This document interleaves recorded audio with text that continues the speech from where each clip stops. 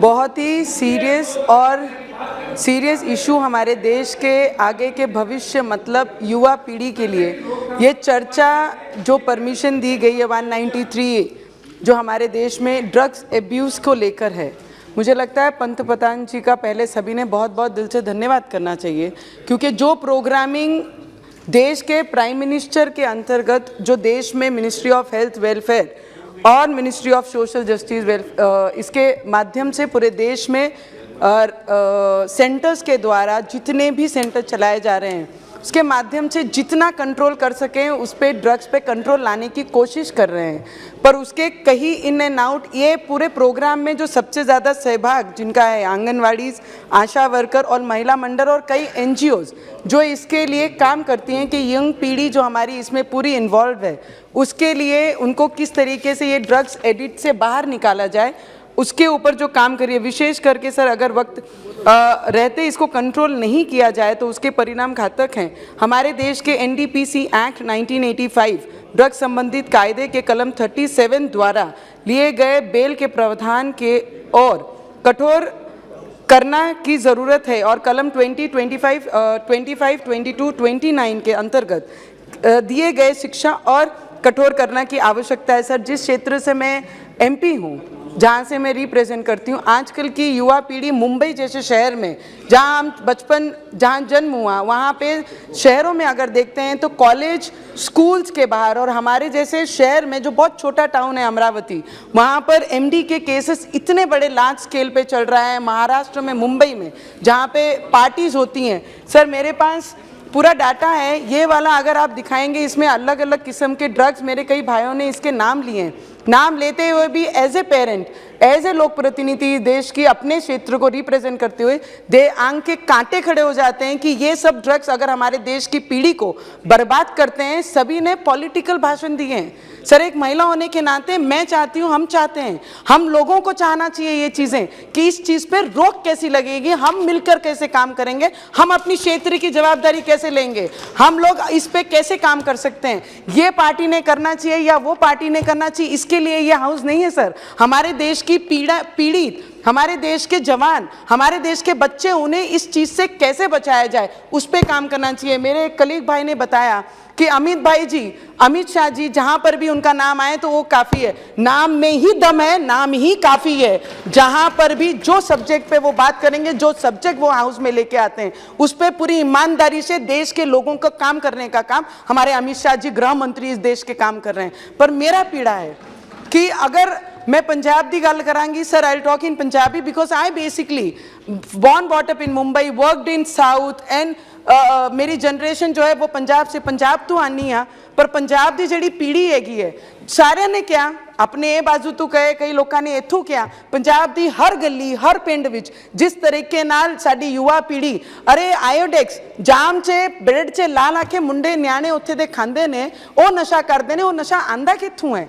गोलियां जिहड़ी बड़े आप ड्रग्स नहीं लै सकते तो गोलियां तो 50 रुपए 100 रुपए की जिहड़ी गोलियां है वो आप ड्रग्स दे मामले च यूज़ करके सारी यंग पीढ़ी जिहड़ी हैगी है। मेरे भरा ने हुण क्या सारे अब्रॉड चले जाते हैं, जिहड़े अब्रॉड जाते हैं वो तो चल जाते हैं, पर जिहड़े पंजाब रहिंदे ने उन्हां दा की?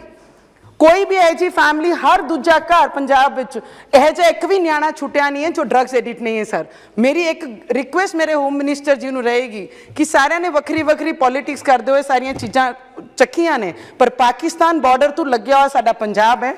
पहले जिहड़ी 5 दरियावां की कहानी पंजाब हुई करती सी, जिहड़ी सुंदर ब्यूटीफुल, जिहड़ी सारे लोग उहदी चर्चा करते से कि एग्रीकल्चर से सारिਆਂ तो बड़े, अज उड़दा पंजाब किवें बन गया, किहदे राज्य च बना, राज्य सरकारां ने की कीता, न्याणिਆਂ दी भविष्य नाल किवें खेलिया, घर तक पिंड तक ये ड्रग्स पहुंचे किवें, इहदे उत्ते रोक लगानी बहुत जरूरी है। और पाकिस्तान तो जिहड़ा भी ड्रग्स साडे देश विच पंजाब विच आ रहा, साडे न्याणिਆਂ नूं सेव कर लो, साडे न्याणिਆਂ नूं पंजाब ते बचाओ।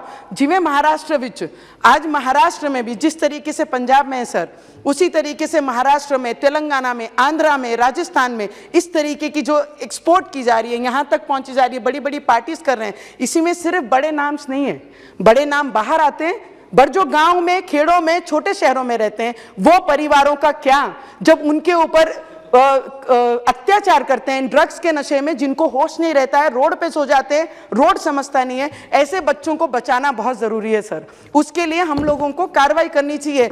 अगर आपने डाटा, हमने देखा जो डाटा मेरे हाथ में देश का 30%, 25% हमारा जो नंबर्स हैं, अगर इतना बड़ा परसेंटेज में अगर ड्रग्स एडिक्ट होता है तो हमारा भविष्य इस देश का कौन से मोड़ पे जा रहा है। उसको कम करने के लिए हम लोगों को सभी को मिलकर, no politics, no party, no leaders, हम सब ने वर्कर बनकर ड्रग्स एक्यूज को, ड्रग्स को बंद करने के लिए किस तरीके से काम कर सकते हैं, उस पे हम लोगों ने।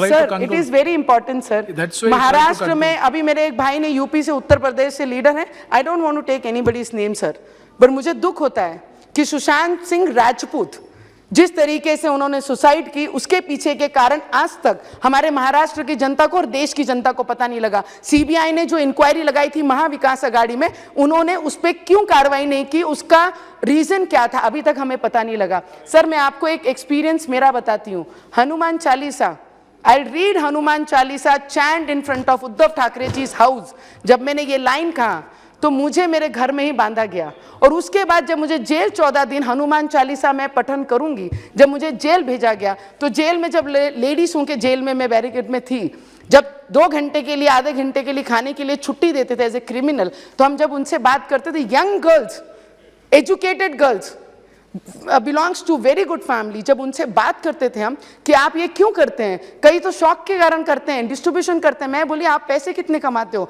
दिन में 50,000, 40,000 रुपया। ये रकम उन्होंने उस जेल में उन लड़कियों को, जब हम ब्रेन वॉश उनका करते थे कि this is not good, you are educated, आप पढ़े लिखे हो, आप अच्छा काम कर सकते हो, तब बोलते हैं, तब उनको कोई दूसरी राह नहीं दिखाई जाती। ऐसे बच्चों को भी जेल से निकाल के उनका भविष्य सुरक्षित करना भी हमारी कहीं ना कहीं जवाबदारी है, क्योंकि वो अनुभव मैंने खुद लिया है।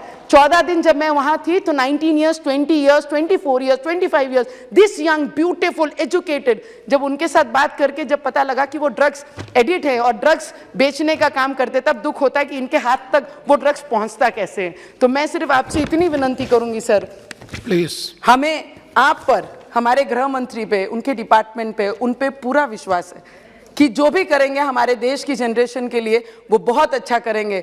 माँ के पास ही बच्चा रोता है तो शायद ये आवाज बच्चे की है, वो आवाज अपनी सरकार, अपने डिपार्टमेंट तक पहुंचेगी। इतना मैं जरूर कहूंगी सर। 4 लाइन है, 4 लाइन बहुत सुंदर है जो हमारे बच्चों के, देश के बच्चों के लिए है sir. It is very important. ये मेरा पेन है जो मैं लोगों को, मेरे बच्चों को, हमारे यंगस्टर्स को देखते हुए फील करती हूँ। रोक दो नशे की दरियाओं में बहते हुए पानी को, अभी भी वक्त है, बचा लो देश के यंग बच्चों को। इतनी विनंती मेरे अपने मंत्री से, हमारे गृह मंत्री से और इस पार्लियामेंट के जितने भी मेंबर हैं सभी से करूंगी। हम सब एक हैं और हमारे भविष्य के लिए हम सबको लड़ना चाहिए। Thank you so much sir. ABP माझा, उघडा डोळे बघा नीट।